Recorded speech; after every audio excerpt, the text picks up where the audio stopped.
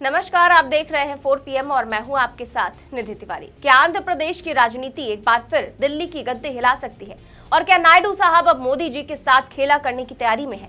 आज हम बात करने जा रहे हैं उस राजनीतिक खेल की जिसने दिल्ली की राजनीति से लेकर आंध्र प्रदेश की गलियों तक हर तरफ हलचल मचा दी है।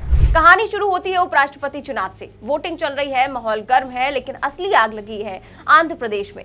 जिस उपराष्ट्रपति चुनाव को लोग औपचारिकता मानकर देख रहे थे, वही चुनाव आज देश की राजनीति का बड़ा नैरेटिव तय कर रहा है।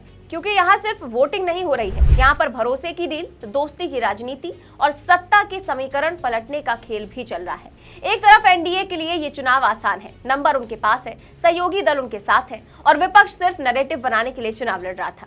लेकिन असली ड्रामा तब शुरू हुआ जब आंध्र प्रदेश की सबसे बड़ी पार्टी वाईएसआरसीपी यानी कि जगन मोहन रेड्डी की पार्टी ने खुलकर एनडीए का साथ पकड़ लिया, जिससे एक झटके में एनडीए के 11 वोट बढ़ गए।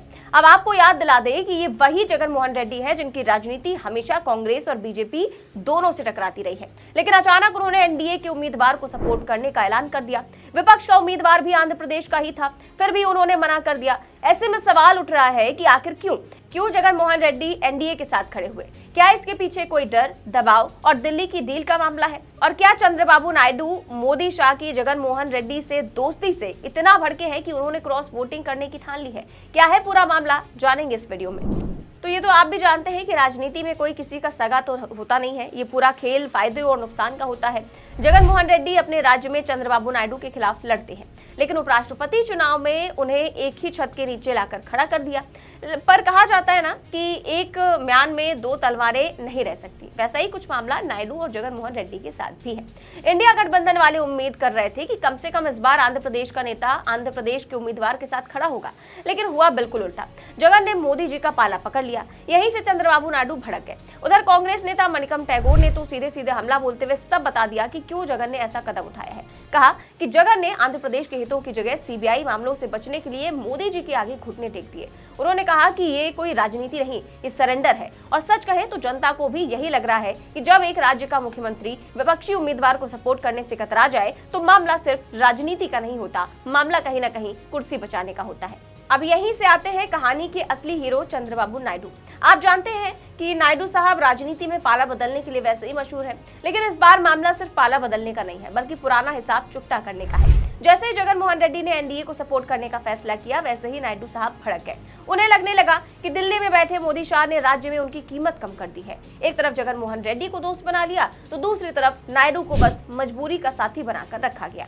यानी जगन से दोस्ती और नायडू से मजबूरी। अब भला ये बात नायडू साहब को कैसे रास आएगी? और यहीं से शुरू होता है असली खेल। सोचिए, एक ही राज्य में सत्ता पक्ष भी एनडीए का समर्थन कर रहा है और विपक्ष भी एनडीए का समर्थन कर रहा है। ऐसा तो शायद पहली बार हुआ होगा। अब ये लोकतंत्र है या मोनोक्रेसी, जनता भी कंफ्यूज है। विपक्ष का काम ही है सरकार से लड़ना, लेकिन यहाँ तो विपक्ष भी मोदी जी की आरती उतार रहा है और यही बात नायडू को सबसे ज्यादा चुभ रही है। लेकिन नायडू अभी अपना गुस्सा दबाकर बैठे हैं। इस पूरे चुनावी माहौल में नायडू ने चुप्पी साध रखी है। वो बोल कम रहे हैं, लेकिन अंदर ही अंदर खेल बड़ा सोच रहे हैं। भाजपा को दो नावों पर सवार होना भारी पड़ सकता है। एक तरफ एनडीए खेमे में ये खेल चल रहा था और दूसरी तरफ नितिन गडकरी ने बड़ा खेला कर दिया। आज जब नितिन गडकरी और कांग्रेस अध्यक्ष मल्लिकार्जुन खड़गे दोनों एक दूसरे का हाथ पकड़ के घूमते नजर आए, तो मोदी शाह के बुरी तरह से होश उड़ गए। सोचिए जरा, जिस सीन की किसी ने उम्मीद भी नहीं की थी, वही सीन संसद भवन के अंदर देखने को मिला। नितिन गडकरी और कांग्रेस अध्यक्ष मल्लिकार्जुन खड़गे दोनों ही एक फ्रेम में बेहद सहज, बेहद आराम से चलते हुए एक साथ वोटिंग करने जा रहे हैं। खबर है कि खड़गे साहब सोनिया गांधी, राहुल गांधी और प्रियंका गांधी के साथ वोट डालने पहुंचे थे। वहीं आसपास हरदीप पुरी भी खड़े थे। तभी नितिन गडकरी वहां आ गए और जैसे ही खड़गे की नजर उन पर पड़ी, दोनों के बीच एक शिष्टाचार भरी मुलाकात हुई। जबकि आज ही ये खबर आई थी कि मोदी शाह ने अपने ही सांसदों पर निगरानी रखने के लिए प्लान बनाया है। शाह ने क्रॉस वोटिंग से बचने के लिए सांसदों को 10 ब्लॉकों में बांट दिया है और हर ब्लॉक के लिए किसी अपने खास को प्रभारी बना दिया गया। लेकिन गडकरी साहब कहां इन बंदिशों में बंधने वाले थे? वो तो खुला मल्लिकार्जुन खड़गे के हाथों में हाथ डालकर घूम रहे थे। सोचिए, ये तस्वीर देखकर मोदी शाह के तो बुरी तरह से पसीने छूट गए होंगे। राजनीति का माहौल ही कुछ ऐसा है कि हर कोई यही सोच रहा था कि कौन किस तरफ जाएगा, कौन किससे किनारा करेगा। लेकिन इस तस्वीर ने सारी अटकलों को धता बता दिया। कैमरे के सामने दोनों की ये दोस्ताना झलक किसी पॉलिटिकल स्टेटमेंट से कम नहीं थी। आपको बता दें कि इसके पहले भी ये खबर आ चुकी थी कि नितिन गडकरी के घर पर कई भाजपा सांसदों की मीटिंग हुई है, कई सांसद आउट ऑफ रीचेबल चले गए हैं, लेकिन जब अचानक से गडकरी जी प्रकट हुए तो ऐसे हुए जिसकी किसी ने कल्पना भी नहीं की थी। सोशल मीडिया पर भी ये तस्वीर तेजी से फैल गई और अटकलों का बाजार गर्म हो गया। उधर गडकरी से रिलेटेड एक और खबर सामने आ गई। खबर आई कि उपराष्ट्रपति चुनावों से चंद घंटे पहले ही अखिलेश यादव के करीबी सपा नेता ने नितिन गडकरी की जमकर तारीफ की।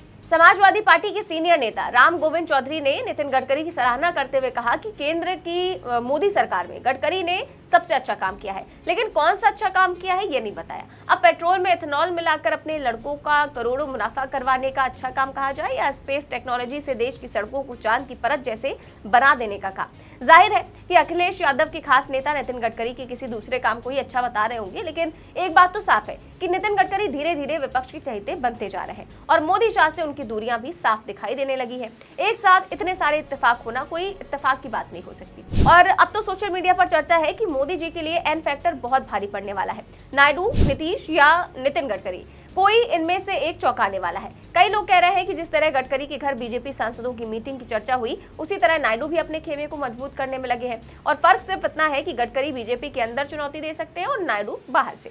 इधर विपक्ष भी अपना नैरेटिव बना चुका है। वो लगातार कह रहा है कि बीजेपी नर्वस है। वोटिंग के दिन सांसदों को गले मिलकर अपील करना, क्रॉस वोटिंग की उम्मीद करना, ये सब कुछ संकेत है कि बीजेपी को अपनी ही पार्टी के अंदर से डर लग रहा है। उधर गिरिराज सिंह समाजवादी पार्टी के सांसदों से गले मिल रहे थे और कह रहे थे कि अभी भी वक्त है, हमारे साथ आ जाइए। मतलब डर का माहौल तो है। इसी डर के चलते मोदी छटपटा रहे हैं और इसी छटपटाहट में मोदी जी ने जगन से हाथ मिला लिया है, बगैर ये समझे कि ये दोस्ती उनकी बैसाखी में दीमक की तरह लग सकती है।